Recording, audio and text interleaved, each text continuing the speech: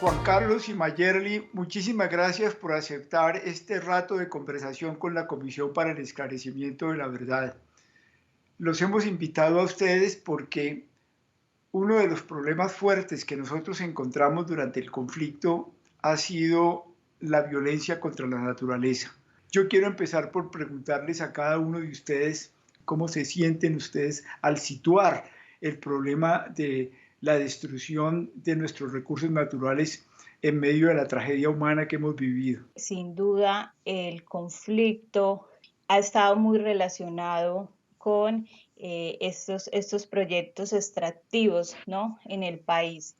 Y eso pues lo demuestran varias investigaciones. El 96% del oro que se produce en el país viene de 6 departamentos, entre esos Antioquia, Bolívar, Nariño, Cauca, Caldas, Bolívar.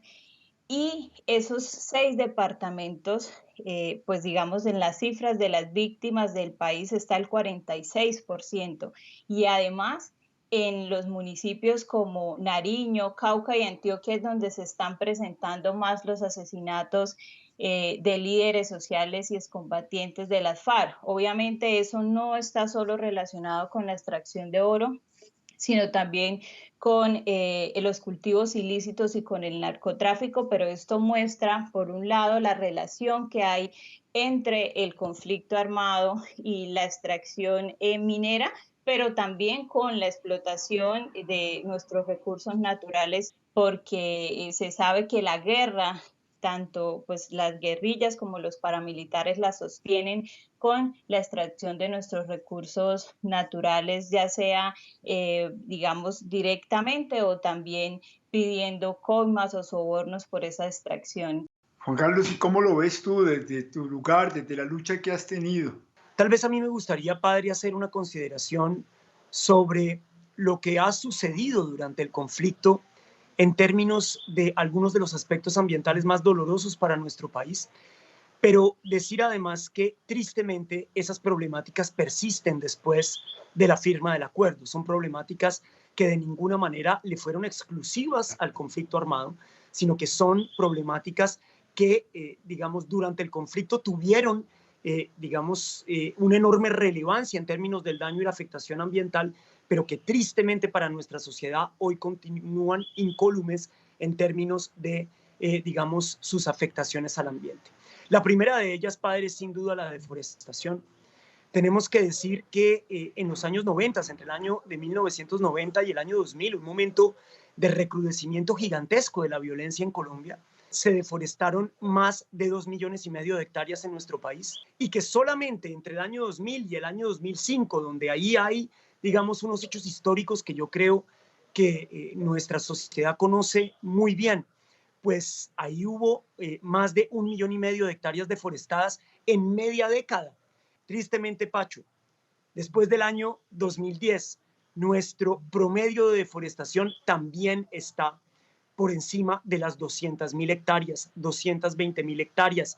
Es decir, que nunca hemos deforestado desde los años 90 hasta nuestra fecha menos de 200,000 hectáreas de bosque nativo en Colombia. Eso suma un número de millones de hectáreas deforestadas en las últimas décadas, que es realmente una cifra terrorífica y ominosa para nuestro país.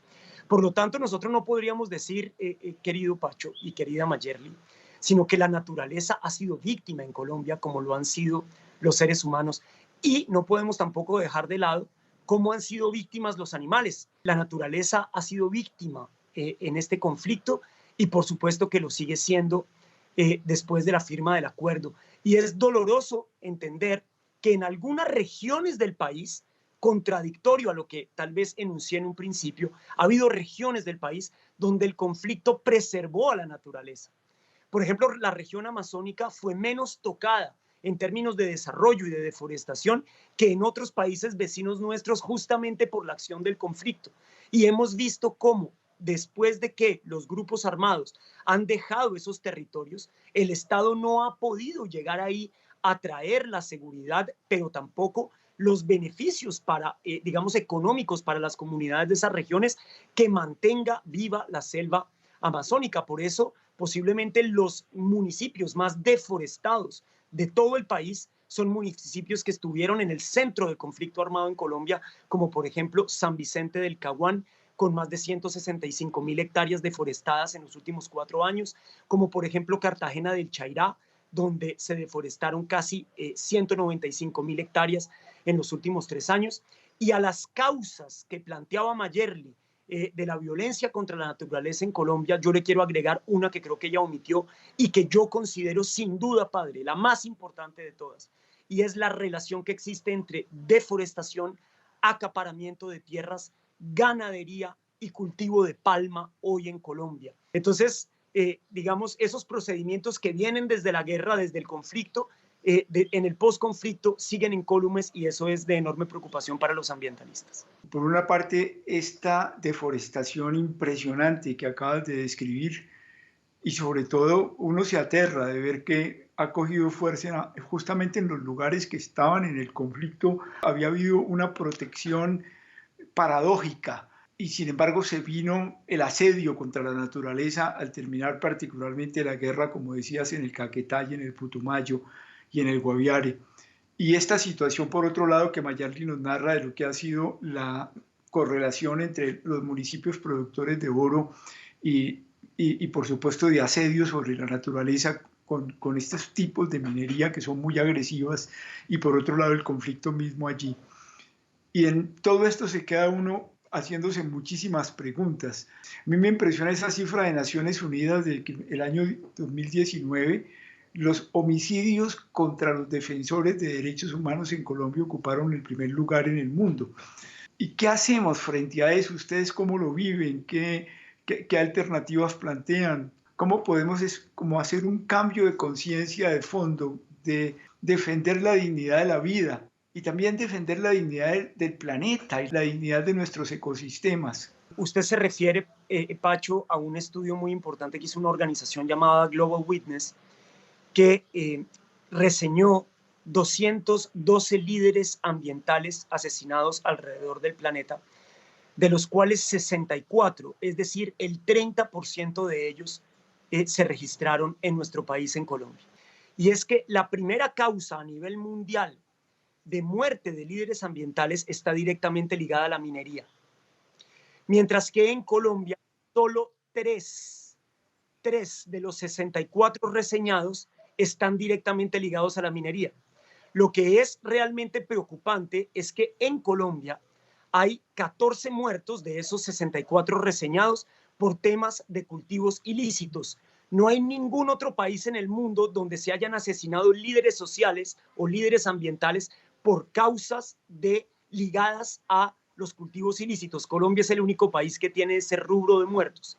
Y por otro lado, lo que es más ominoso aún es que 45 de esos 64 líderes ambientales asesinados, o por lo menos los reseñados en este estudio de Global Witness, ellos los identifican como líderes que fueron asesinados por la causa de la tenencia de la tierra o del acaparamiento de tierras en Colombia. Lo más triste de ello es que el 50% de esos 64 líderes asesinados son indígenas, siendo los indígenas menos del 5% de la población total del país, representan más del 50% de las muertes de líderes sociales ambientales. Cuando uno mira bien ese estudio, entonces uno empieza a darse cuenta de que esto que los ambientalistas llevamos diciendo durante décadas ya no es un mito, y es que la violencia en Colombia está profundamente ligada a la tenencia de la tierra, de la misma manera como la disputa por la tierra ha sido la principal causa de los males ambientales que vive nuestro país.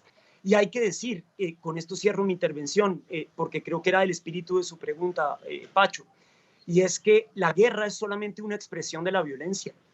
Nuestra sociedad es una sociedad violenta entre nosotros y con la naturaleza, porque no podemos olvidar que nosotros somos la naturaleza. Nosotros no estamos separados de la naturaleza. Esa ficción antropocéntrica no sea profundamente puesta en causa. La violencia entre nosotros y con la naturaleza a la que le pertenecemos no va a cesar en Colombia, desgraciadamente, padre. Estoy completamente de acuerdo con lo que acabas de decir.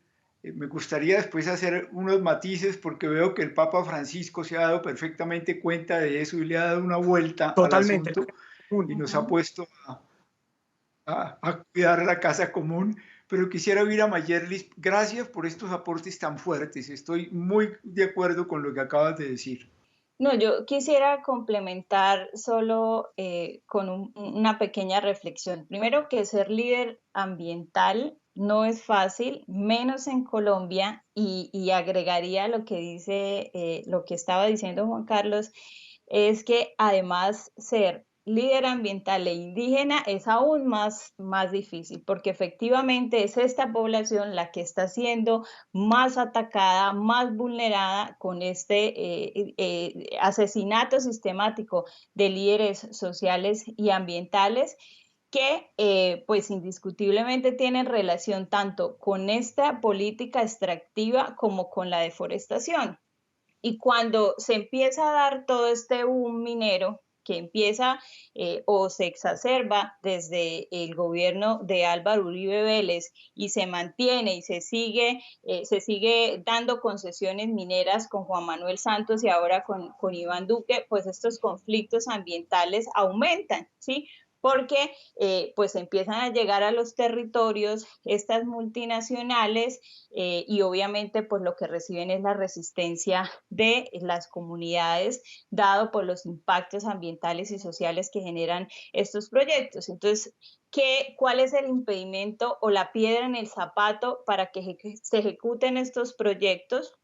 Las comunidades efectivamente, los líderes sociales, y entonces empiezan a desplazarlos y asesinarlos para dejar el camino libre. Y eso es lo que está pasando en el país. Cada vez que hay un conflicto ambiental, cada vez que las comunidades se levantan y dicen, no, nosotros no queremos en este territorio proyectos extractivos, no queremos ganadería, pues, ¿qué hacen? Se vienen con las amenazas.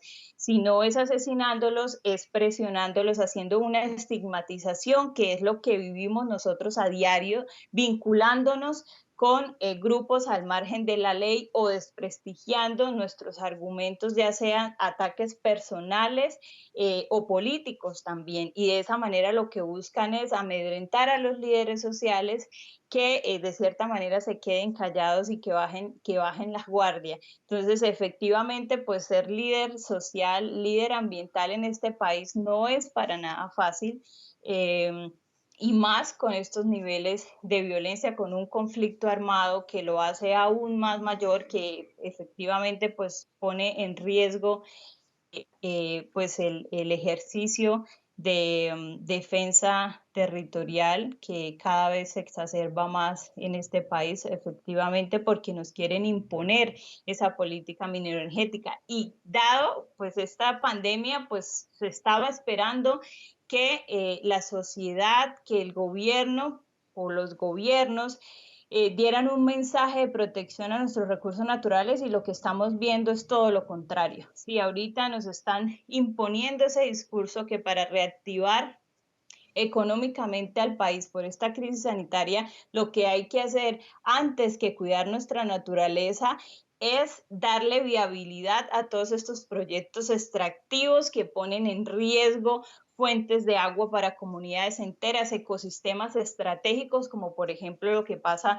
con Santurbán, que Juan Carlos lo conoce de primera mano, y es que aquí nos están diciendo, no, es que hay que reactivar el departamento Santander y el país con el proyecto de minería Sotonorte de Minesa, y queda un segundo plano el derecho al agua fundamental de más de 2 millones de colombianos y colombianas en Santander y el norte de Santander. Entonces uno, lejos de pensar que esta crisis sanitaria nos iba a llevar a una reflexión profunda de defender, de proteger nuestros ecosistemas estratégicos, nuestra naturaleza, lo que vemos es todo lo contrario. Es eso, cogerlo de excusa para seguir destruyendo nuestra naturaleza, para seguir destruyendo nuestra casa común. Por lo que acabas de decir, Mayeli, a mí me preocupa mucho justo que en esta ansiedad, pues, y a su vez racionalmente inteligible, por supuesto, de que hay que reactivar la economía, la primera salida que se ocurre para elevar el Producto Interno Bruto y para poder generar divisas es atacar al país inmensamente a través de la minería, y esto es sumamente preocupante. Y lo es porque a mí me gustaría, con ustedes que son ambientalistas y están muy metidos en esto, ¿por qué no colocar a Colombia en el escenario de las naciones como un lugar extraordinariamente capaz de situarse en los mercados en posibilidades agroecológicas muy fuertes, de producción de agua, de producción de recursos naturales, de todas las formas, de enriquecimiento del mundo con todo lo que entregan nuestras selvas? Podríamos tener una fuerza en el mundo inmensa, pero si destruimos los ecosistemas, pues terminaremos haciendo de esto un desierto, como la Sierra del Perú, y entonces no será para nadie lo que estamos teniendo. ¿Qué podemos hacer? ¿Y cómo logramos para que los jóvenes que nos están escuchando sientan la solidaridad de todos nosotros en su causa? Efectivamente, este sofisma con el que el gobierno nacional nos quiere imponer estos proyectos de minería aparte, hay que decirlo, y es que la minería no representa, digamos, importantes ingresos para el país. Estoy hablando de la minería de oro, ¿no? Que representa menos del 2% del Producto Interno Bruto del país. Si de verdad este gobierno quisiera reactivar la economía del país, apuéstele a ese sector que de verdad le aporta ingresos, como por ejemplo la agricultura, que le aporta más del 7% del Producto Interno Bruto del país. Es decir, efectivamente nuestra riqueza está en nuestra biodiversidad, ¿sí? Está en nuestros ecosistemas estratégicos, en el agua, ¿sí? Y ya nosotros vemos constantemente estas alertas de la ONU con la escasez de agua que está viviendo el mundo y cómo nosotros acá estamos tratando de destruir ecosistemas estratégicos en el país como los páramos, que son realmente una de las fuentes importantes de abastecimiento de agua para el país. Los páramos, los 36 páramos del país, producen el agua del 70% de la población colombiana. Entonces, ahí es donde está nuestra riqueza, y el gobierno insiste en que es por medio de estos proyectos de megaminería como se va a reactivar en el país. Además, estamos arrodillados ante las peticiones de estas multinacionales y de verdad estamos dejando de lado el poder invertir, el poder potenciar de verdad esos sectores como el agrícola, con el sector comercio, que son de verdad los sectores le dan ingresos al país, y obviamente esto también mirando en la perspectiva de proteger nuestros ecosistemas estratégicos y nuestra diversidad, que es de verdad la riqueza que tenemos todos nosotros. Está la ganadería, está el problema de la tierra, como tú lo estabas planteando, está el problema de estos macrocultivos cuando entran tumbando selva. ¿Qué hacemos? Yo creo que en primera instancia uno tiene que recordar que este es un país tan rico y tan absolutamente hermoso por donde quiera que uno vaya. Yo creo que eso no se nos puede olvidar a nadie, Pacho. Este es un país que tristemente los colombianos no conocemos, pero a donde uno vaya a Colombia es extraordinario lo que nosotros tenemos en términos de riqueza natural y ambiental. Así que lo primero que tenemos que hacer, la primera solución, tiene que venir desde una ciudadanía que conozca lo que tiene.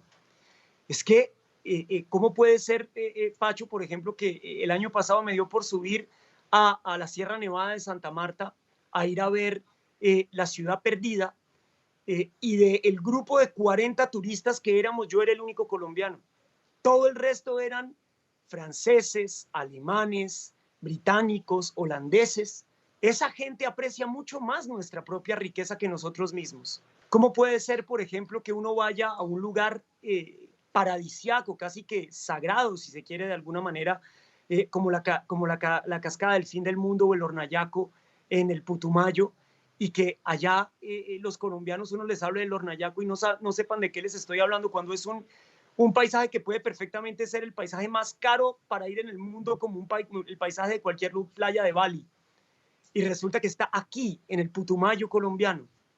Y podría nombrar así cientos de lugares en Colombia absolutamente extraordinarios. La primera responsabilidad de nuestra nación y de esta generación a la que usted llama, Pacho, a la generación de los jóvenes, es que dejemos de soñar tanto con irnos a Miami o con irnos a Ciudad de México o con irnos a Europa de vacaciones. Vayámonos al Bichada, al Guainí, al Guaviare. Vayamos donde están esas comunidades a conocer nuestro patrimonio natural, a conocer nuestro patrimonio cultural, porque, Pacho, uno no defiende sino lo que conoce. Uno no siente sentido de pertenencia sino por lo que conoce, y uno no toma responsabilidad sino por lo que siente que le pertenece.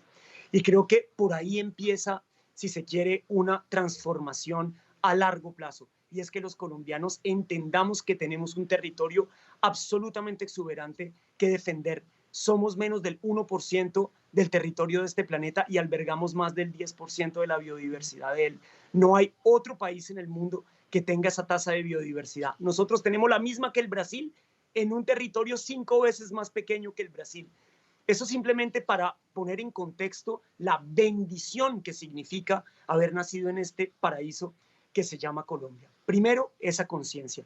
Segundo, tenemos que poner en marcha los elementos que trae el acuerdo final entre las FARC y el gobierno nacional en lo que tiene que ver con los temas de la tierra en Colombia. Desgraciadamente nosotros aquí no tenemos un catastro, no sabemos de dónde va a salir la tierra para ese banco de tierras que tenemos que entregarle a los campesinos, no sabemos a quién le pertenece la tierra en nuestro país. Necesitamos urgentemente en este país avanzar en el tema del catastro multipropósito y por supuesto que necesitamos una agencia nacional de tierras que sirva también para recuperar las tierras baldías que le han sido robadas al Estado por esos acaparadores de tierras y que han deforestado para meter vacas o meter palma o para meter coca o para la actividad que sea. Pero hoy, al día de hoy, por ejemplo, de ese 500.000 de hectáreas, entre el Parque La Macarena, Tinigua, Picachos y el Parque Chiribiquete, allá hay 500.000 de hectáreas deforestadas en Colombia. No hemos recuperado una hectárea, Pacho. Una. Es el patrimonio de todos nosotros. Y además un ecosistema de una conectividad absolutamente fundamental para la Amazonía colombiana, puesto que es su corredor de conectividad ecológica con las montañas de los Andes. Si ese lugar se destruye, la Amazonía va a sufrir enormemente en términos de su conectividad y de la posibilidad de mantener su bioma vivo. Es tan simple como eso. Entonces, tenemos que crear primero la conciencia y luego tomar las acciones institucionales para proteger esas regiones del país. Por eso, por ejemplo, nosotros en el Congreso hemos presentado un proyecto de ley para reformar de manera estructural el capítulo de delitos ambientales del Código Penal. Está de acuerdo la Procuraduría, está de acuerdo la Contraloría, está de acuerdo la Fiscalía y sin embargo hay gente en el Congreso que se opone a esa reforma. Una reforma que le daría cárcel a los acaparadores de tierras baldías del Estado. Hoy en Colombia usted puede ir a apropiarse de cualquier baldío del Estado y la consecuencia es nula. No existe consecuencia por apropiarse de las tierras del Estado que son de todos nosotros y que por supuesto son el fundamento, la base misma de la biodiversidad de nuestro país. Creo que hay que fortalecer el sistema nacional ambiental. Nosotros tenemos que hacer una reforma profunda a las corporaciones autónomas regionales que están entregando licencias ambientales de cualquier manera. Y quiero además sumarme a algo que dijo aquí Mayer, y hay que recordar, la historia es muy importante. Estamos aquí justamente con el director de la Comisión de la Verdad. La historia la tenemos que conocer. El año 2009 fue ambientalmente el año más nefasto para este país. Fue el año en que se entregaron de manera simultánea más títulos mineros y licencias ambientales en la historia de Colombia. Ustedes saben quién gobernaba a este país en ese momento. Luego, nosotros necesitamos urgente fortalecer esa institucionalidad para el ambiente, justamente para que sean criterios ambientales los que otorguen esas licencias y no criterios políticos. Mientras las corporaciones autónomas regionales estén en manos de los mismos feudos que defienden los intereses económicos de quienes destruyen, ¿qué es lo que vamos a defender? Muy difícil, padre. Hay muchas medidas que tenemos que tomar, pero yo le diría, de verdad, la primera de ellas es generar una nueva generación de gente más consciente. Y yo creo que eso está sucediendo en nuestro país, lento, Podríamos hacerlo mucho más rápido a través de mayor educación ambiental, de mayor conocimiento de nuestros ecosistemas, de mayor orgullo de nuestras comunidades indígenas, que en el porcentaje de territorio nacional que les corresponde son quienes mantienen el equilibrio de la naturaleza en Colombia y son quienes están siendo asesinados. Luego, yo creo que ese orgullo nacional, patrio, en términos de nuestra diversidad y de nuestra biodiversidad, hay que fomentarlo en las próximas generaciones si es que queremos cuidar este paraíso llamado Colombia. Qué bien, Juan Carlos y Mayerly. Yo quisiera decirles también que como nosotros estamos estudiando en la comisión cuáles son las grandes dinámicas que disparan el conflicto y que finalmente terminan por destruir al ser humano y a la naturaleza simultáneamente, y en esto aprendiendo mucho de nuestras comunidades indígenas que son tan sensibles, que ven que es todo el territorio, no solo la tenencia de la tierra, sino el territorio mismo el que se desborona. Dentro de esa idea, uno sí ve con con una extraordinaria claridad, si queremos que no siga el conflicto en Colombia, si queremos que haya posibilidad de un desarrollo distinto de la vida entre todos nosotros, hay que parar la destrucción del medio ambiente. Eso está perfectamente conectado y hay que tomárselo profundamente en serio. Y hay que evitar que quedemos atrapados en la discusión política, pues la discusión política esta que hay en el país en que dicen, ah, no, esos medioambientalistas, esos son castrochavistas. Y como decía Mayerly antes, están infiltrados y entonces en esa gente no se puede confiar, no dejarse meter en eso por nada. No, esta es una lucha por la vida.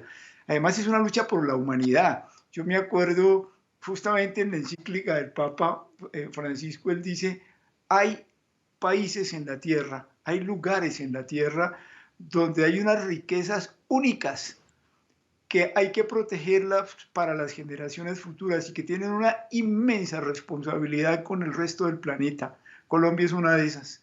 Yo entiendo que se haga minería en el desierto chileno y en la sierra peruana, pues porque allí no hay, pero hacer minería en este jardín que es Colombia, o arrasar este jardín para hacer ganadería extensiva, o para hacer grandes proyectos de miles de hectáreas de monocultivos. Eso es una responsabilidad no solamente con nosotros, sino con el mundo entero. Y es ahí donde uno quisiera decirle a los jóvenes, vean muchachos y muchachas, por favor, o toman ustedes esto, o el problema es que no habrá futuro entre nosotros tranquilo. O cojan una cámara fotográfica y paseen el país y filmen todo lo que hubo para que lo conozcan sus hijos y sus nietos, porque nadie más lo va a conocer, lo que nosotros vimos. Para ir terminando, yo quisiera invitarles, ¿qué hacemos en las recomendaciones del año entrante? Dentro de un año nosotros estaremos terminando. ¿Qué podemos dejarle a este país con fuerza para que la lucha de ustedes sea acompañada por lo que dejó la Comisión para el Esclarecimiento de la Verdad? Pacho, yo primero que todo, porque usted dice que ya estamos cerrando, le mando un enorme abrazo y todo mi reconocimiento para usted, para la Comisión de la Verdad.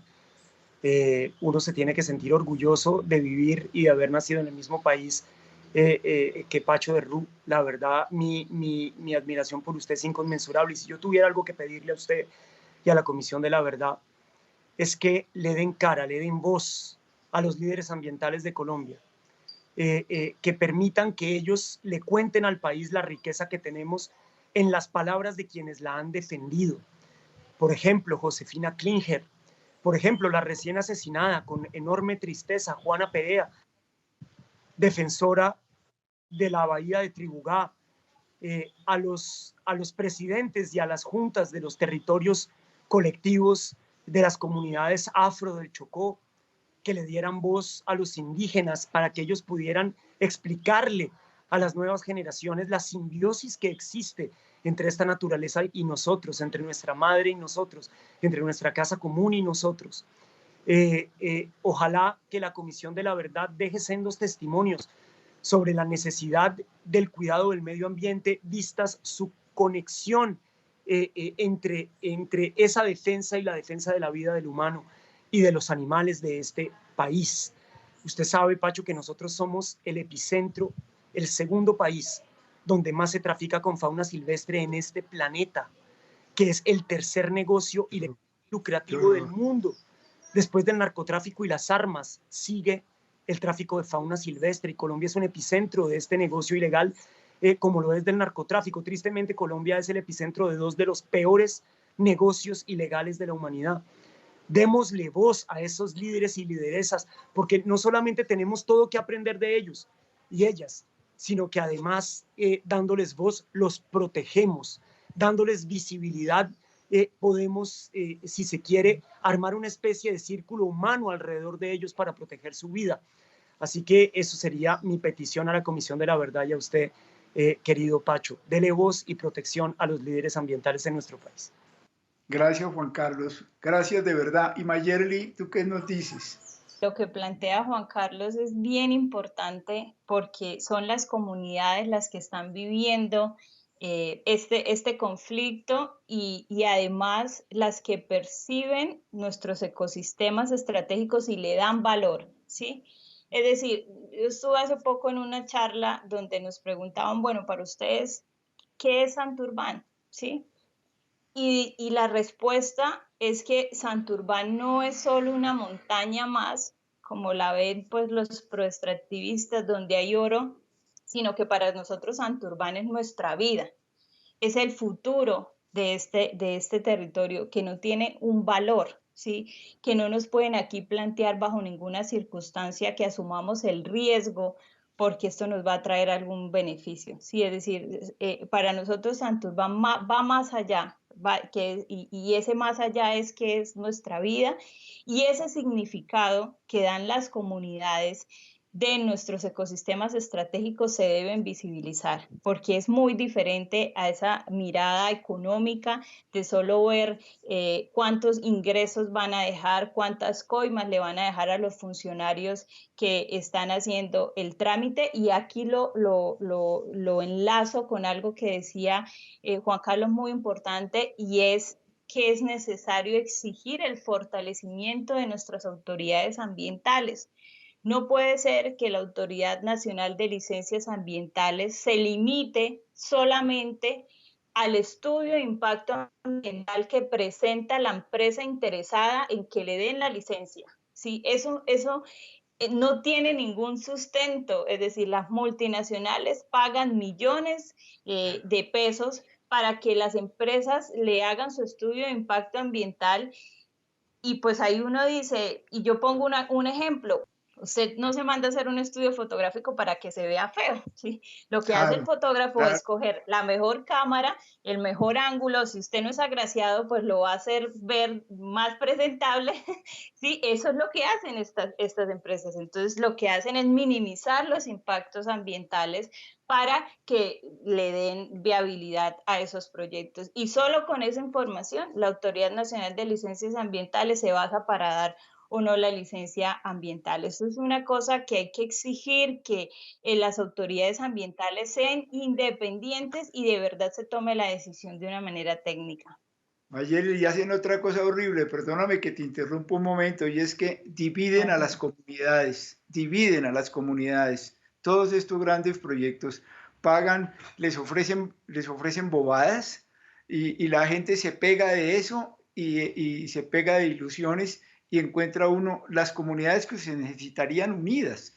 Los indígenas no se dejan dividir ordinariamente, pero las comunidades que no tienen toda esa trayectoria profunda, simbólica, de pertenecer a la tierra, se dejan dividir. Ustedes lo han vivido y lo hemos vivido en todas partes del país, ¿no es verdad? Claro, y ahí tú planteas algo bien interesante, y es esa diferencia entre la manera como ven las comunidades indígenas nuestros ecosistemas. Eso hay que hacerlo ver, ¿sí? Para que el país lo conozca, ¿sí? Conozca cuál es el valor de verdad de nuestros ecosistemas.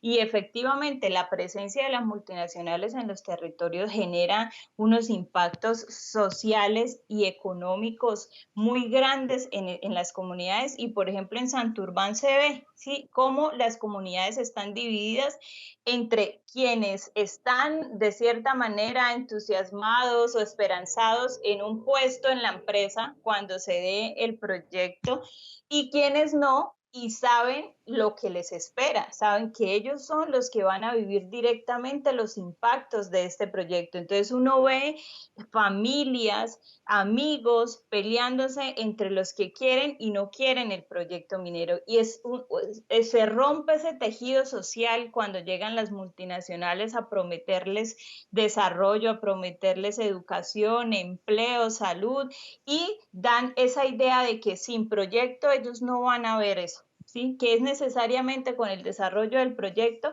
que ellos van a ver empleo, que ellos van a ver educación, que ellos van a ver salud, y obviamente eso genera unos conflictos en las comunidades muy graves y que se ven no solo en Santurbán, sino donde hacen presencia esas multinacionales, porque todas tienen el mismo modo de operar, es decir, llegar a comprar la conciencia de las comunidades, a comprar la conciencia de los funcionarios mediante esos espejos, ¿no? Que ahora son esos espejos con los que nos quieren imponer estos proyectos, ese espejo del desarrollo, de la educación, de la salud ligada a estos proyectos, cuando tenemos ya espejos en el país de que es todo lo contrario, y la Guajira y el Cesar son esos espejos que tienen las comunidades de que no es verdad que la extracción de nuestros recursos naturales a gran escala es per se calidad de vida para las comunidades. Lejos de eso, la Guajira y el Cesar son referentes de pobreza, de desigualdad, de contaminación ambiental a raíz de estos proyectos extractivos. Bueno, tenemos que terminar. Yo quiero expresarles de parte mía una admiración muy profunda a Juan Carlos y Mayerly. La vida de ustedes entregada por esta causa, los riesgos tomados, la determinación de la fuerza de ustedes totalmente dedicados a que Colombia pueda realmente ayudarnos a comprender a los colombianos y a todo el mundo que pertenecemos a esta tierra tan bella. Que la suerte de nosotros es la suerte de nuestros ríos, de nuestras selvas, de nuestras especies nativas. Gracias de verdad, gracias.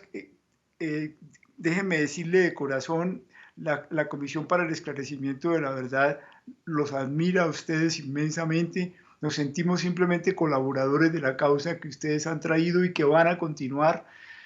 Y realmente espero que por mucho tiempo, mientras ustedes vivan, podamos acompañarlos en esta tarea y que muchos jóvenes los sigan con la misma pasión que ustedes tienen.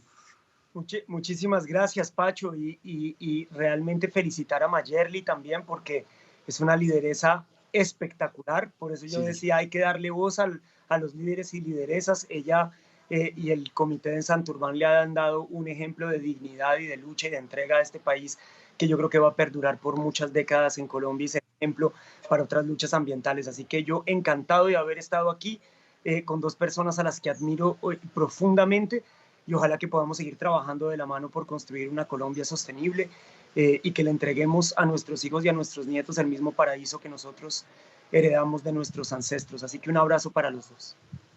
Igualmente.